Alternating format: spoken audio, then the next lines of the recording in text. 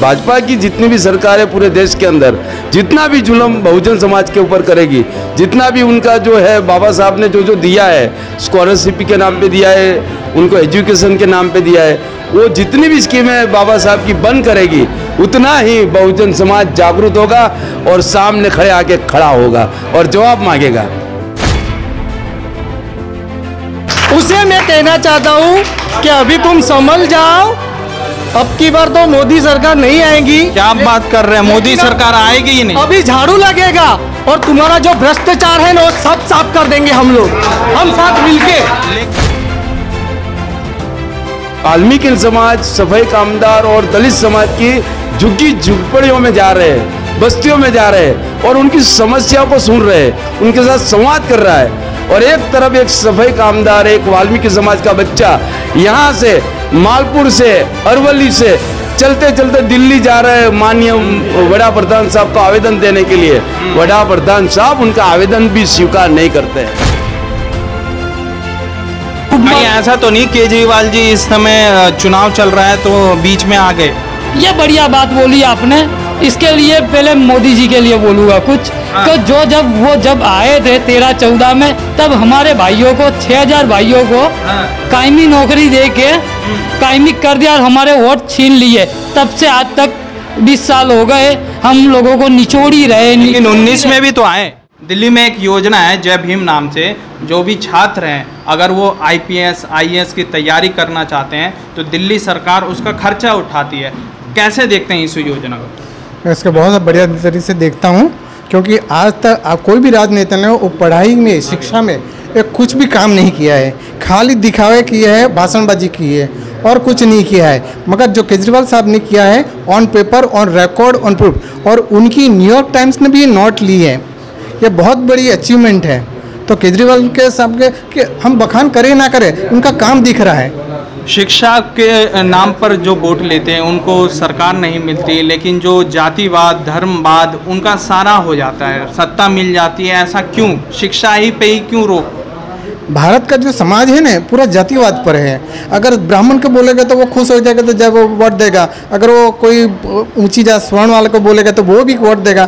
तो वो राजनेता वो सब जानते हैं कि अगर राजनीति अगर हम जाति पे करेंगे तो ही जीतेंगे, अगर इनको कुछ देंगे तो वो लोग नाराज हो जाएंगे तो हम जीतेंगे नहीं, क्योंकि सारा काम तो उन लोगों से लेना है। हम 75 जो बहुजन समाज है वो 75-80% और जो उजले समाज के हैं वो सवर्ण है वो 20% है, फिर भी उनकी चलती है। और यहाँ पर पूरी क्या बोलता है कि स्वतंत्रता नहीं है। सर आखिरी सवाल, केजरीवाल जी और बहुजन समाज के लिए 2 शब्द कह दीजिए हमारे व्यूवर्स के लिए। केजरीवाल साहब ये बहुजन समाज के लिए बहुत बढ़िया बात काम किए हैं और 75 साल की जो आज़ादी के बाद ऐसा किसी ने किया। हाँ, अंग्रेजों के ज़माने में ये हमें जो ये लोग तो जाति नहीं से हिंदू समझते नहीं थे, तो वो अंग्रेज़ों ने हमें हमारे वो मताधिकार के अलग जाति हैं हिंदू से, तो हमका कुछ अधिकार दिए थे। मगर ये समाज 75 साल से किसी भी पक्ष ने आज तक कोई काम नहीं किया है, सिर्फ दिखावा किया है और रिकॉर्ड बनाए हैं, वो डाटा बताया और कुछ नहीं किया है। हमारा समाज तो कुछ जैसा जानता नहीं। पूरा मन बना लिया आपने, किसको? हाँ, केजरीवाल साहब को ही लाएंगे, क्योंकि उन लोगों ने काम करके दिखाया है, बाकी किसी ने काम नहीं दिखाया। ये बच्चे देख रहे हैं आप सामने, ये शिक्षा ग्रहण कर रहे हैं और एक संगठन के माध्यम से। आइए हम बात करेंगे सर, किस तरह से ये ऑपरेट कर रहे हैं आप?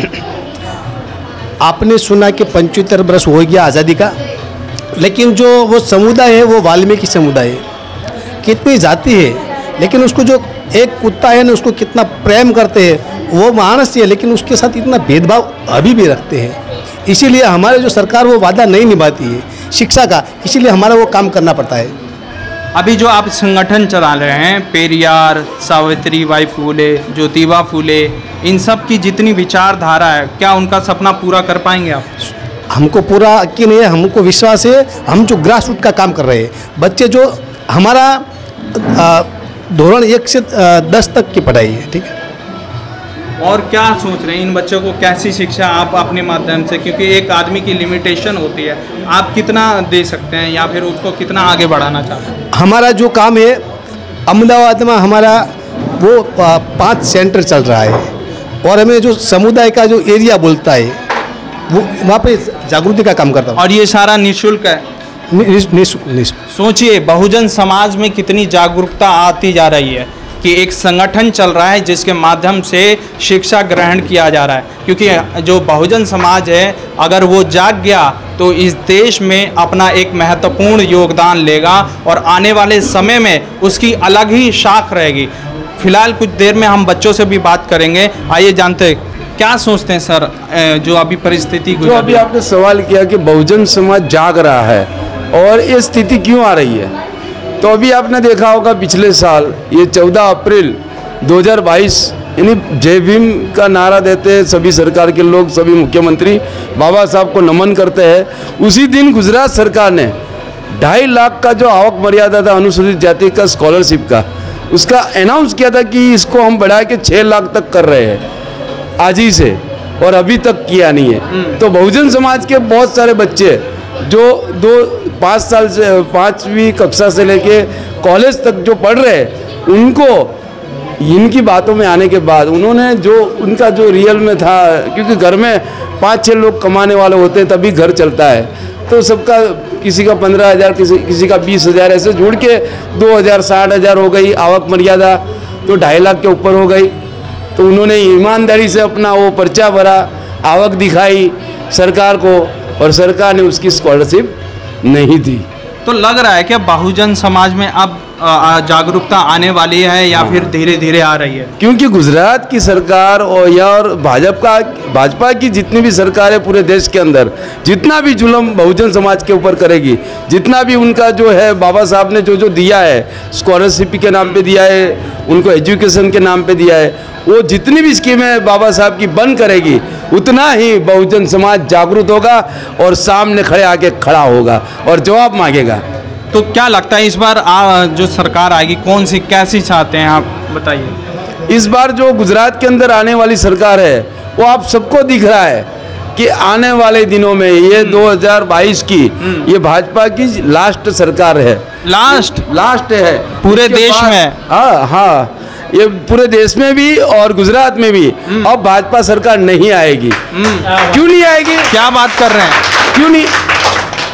क्यों नहीं आएंगी? क्योंकि एक जगह पे देखो कि दो मुख्यमंत्री वाल्मीकि समाज, सफाई कामदार और दलित समाज की झुग्गी झुग्गपड़ियों में जा रहे हैं, बस्तियों में जा रहे हैं और उनकी समस्याओं को सुन रहे हैं, उनके साथ संवाद कर रहा है।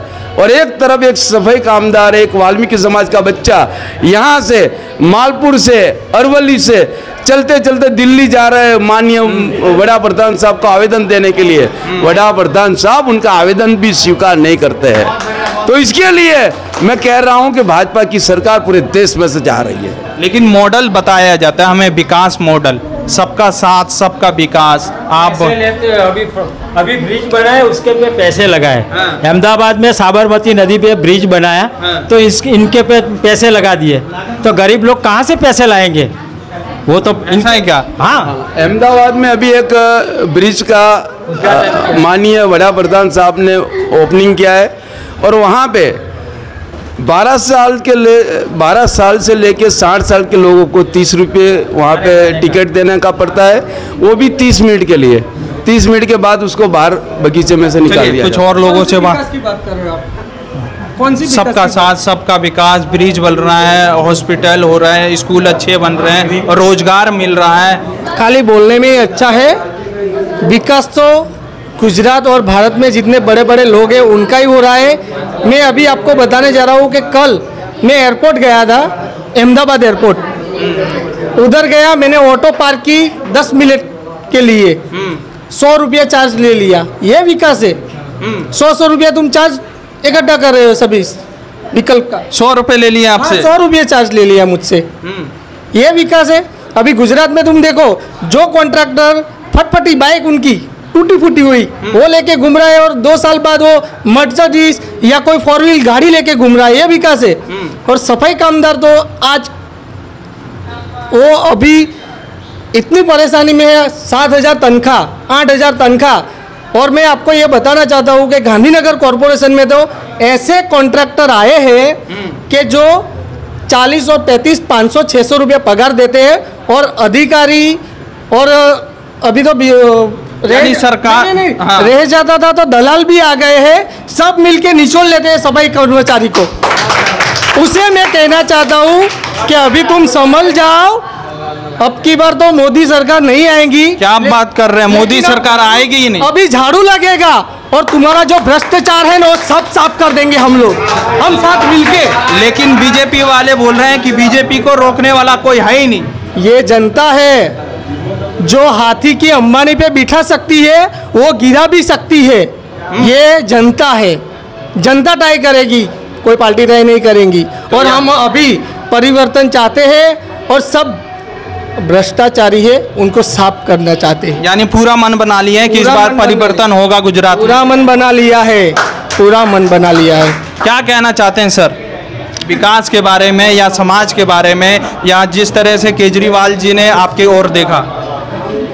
आज तक आपने एक सफाई कामदार को, एक दलित समाज के इंसान को कहाँ देखा है? नेता, अभिनेता गली मोहल्ले के बाहर झाड़ू मारते हुए देखा है।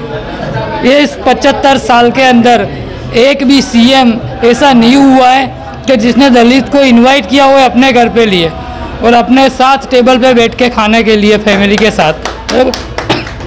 मैं तो गुजरात के जितने भी हुए सीएम उनसे वो बोलता हूँ पानी में डूब नहीं, ऐसा तो नहीं केजरीवाल जी इस समय चुनाव चल रहा है तो बीच में आ गए। ये बढ़िया बात बोली आपने। इसके लिए पहले मोदी जी के लिए बोलूँगा कुछ। हाँ। तो जब आए थे 13-14 में, तब हमारे भाइयों को 6000 भाइयों को हाँ। कायमी नौकरी दे के कायमी कर दिया और हमारे वोट छीन लिए। तब से आज तक 20 साल हो गए हम लोगों को निचोड़ ही रहे। लेकिन 19 में भी तो आए। कहाँ? वो तो फिर वो अभी ईवीएम का चलता है। हाँ। जैसे वो बोलते थे कि कांग्रेस वाले ईवीएम का घोटाला कर करके आते इतने सालों से, हाँ। वैसे भी नरेंद्र मोदी आ रहे ईवीएम का घोटाला कर करके। क्या बात कर रहे हैं आप? हाँ? लेकिन केजरीवाल जी की सरकार क्यों आई फिर ईवीएम में अगर गड़बड़ी थी तो? हाँ, ये बात तुमने सही की। तो फिर मोदी की सरकार कैसे आई? हाँ। जब कांग्रेस वाले की वो थी तो। हाँ। बरोबर। तो क्या चाह रहे हैं आप, क्या चाह रहे हैं इस बार गुजरात में क्या हो? गुजरात में परिवर्तन चाहते, जैसे मोदी का नारा था कांग्रेस हटाने के लिए कि परिवर्तन जरूरी है, तो हमारा भी नारा है कि 20 साल से हम कुचले जा रहे हैं तो परिवर्तन जरूरी है। सही में परिवर्तन जरूरी है क्या? 100% सर जरूरी है, परिवर्तन होना चाहिए। क्योंकि 12 मैं तो चाहता हूँ, 27 साल से देख रहा हूँ, अभी तो मेरी 19 साल की उम्र हुई है, पर मैं तो देख रहा हूँ जब भी देखो कोई ना कोई कर्मचारी के वहाँ जाते कुछ काम, जैसे कि हम सफाई कर्मचारी अपनी कोई मांग लेके जाते तो सुनने में तो आते नहीं, फिर भी हमें कुछ ना कुछ बातें सुना के, जैसे कि साहब यहाँ पे नहीं है, कल आना, फिर परसों आना, फिर महीनों हफ्तों दिनों तक यहाँ से वहाँ घुमाते। जब भी देखो हमारे कोई भी प्रश्न हो, कोई भी आवेदन पत्र हो, बस उनको देख के टेबल पे रखा जाता है, ना कोई उसका एक्शन लिया जाता है, ना कोई सुनवाई होती है, ना किसी को बताया जाता है। बाद में बोल देते हैं ठीक है हम कर देंगे, फिर जब चुनाव आते हैं तो हमारे घर पे आ जाते हैं। सर क्या मन लग रहा है इस बार क्या होगा, गुजरात में क्या होगा? सर पहले तो मैं ये बोलना चाहूँगा कि हमें तो बदलाव चाहिए। 27 साल हो गए, हम अब बदलाव चाहते हैं। किस तरह का बदलाव? केजरीवाल सरकार को लाने की चाहते हैं, क्योंकि हमने मन बना दिया है अब की बार केजरीवाल सरकार तुम आगे रहो, हम तुम्हारे साथ है। जैसे मेरे भाई हर्ष ने बोला है कि उन्होंने वादा किया है तो हम उनके वादे पर अचूक सबसे रहे। तो देखा जिस तरह से यहाँ पर तमाम चर्चाओं में जो लोग थे उनके द्वारा पता चला कि परिवर्तन आने वाला है, और जो वायरल बॉय थे हर्ष सोलंकी, उनसे भी हमने बात की और बात करने के दौरान पता चला कि वो दिल्ली गए थे और दिल्ली में जिस तरह से कार्य हुए, विकास कार्य, वो गुजरात का कुछ अलग था। वहाँ पे जो शिक्षा थी गुजरात में नहीं थी, वहाँ पे जो भी एक फैसिलिटी थी, चाहे इंफ्रास्ट्रक्चर की बात करें या किसी भी तुलना में बात करें, गुजरात से बिल्कुल अलग था। मेरे सामने देख रहे हैं ये वही बच्चे हैं जो आने वाले समय में आईपीएस बनेंगे, आईएएस बनेंगे, इंस्पेक्टर बनेंगे, यानी देश को संभालने के लिए ये बच्चे हैं। लेकिन इसके लिए क्या ज़रूरत है? इसके लिए शिक्षा ज़रूरत है। शिक्षा वो शेरनी का दूध है, जब जो पिएगा वो दहाड़ेगा। इस कोट के साथ अब हम इन बच्चों के साथ बात करेंगे। आइए बात करते हैं जो संगठन के द्वारा यहाँ पर बच्चों को शिक्षित किया जा रहा है, किस तरह से यहाँ पर वो पढ़ रहे हैं। बाबा साहब को जानती हैं क्या आप? हाँ। कौन है वो इन देश के लिए महान इंसान कहलाते जाते हैं। अच्छा, देश के लिए महान इंसान। उन्होंने क्या किया था? पहले के समय में उनकी और जो अमीर गरीबी है उनकी जाति के लिए बहुत भेदभाव करते थे सभी लोग, लेकिन उन्होंने उसको पढ़ने का जगह भी नहीं दी जाती थी, फिर भी उन्होंने पढ़ाई की और वो यही चाहते हैं कि आगे भी देश के सभी लोग पढ़े और आगे बढ़े, यानी शिक्षित बने। आप क्या जानती है बाबा साहब के बारे में, बताइए थोड़ा हमें। बाबा साहेब अभी बहुत अच्छे थे, सब ऐसा ही बोलते और हंसते भी।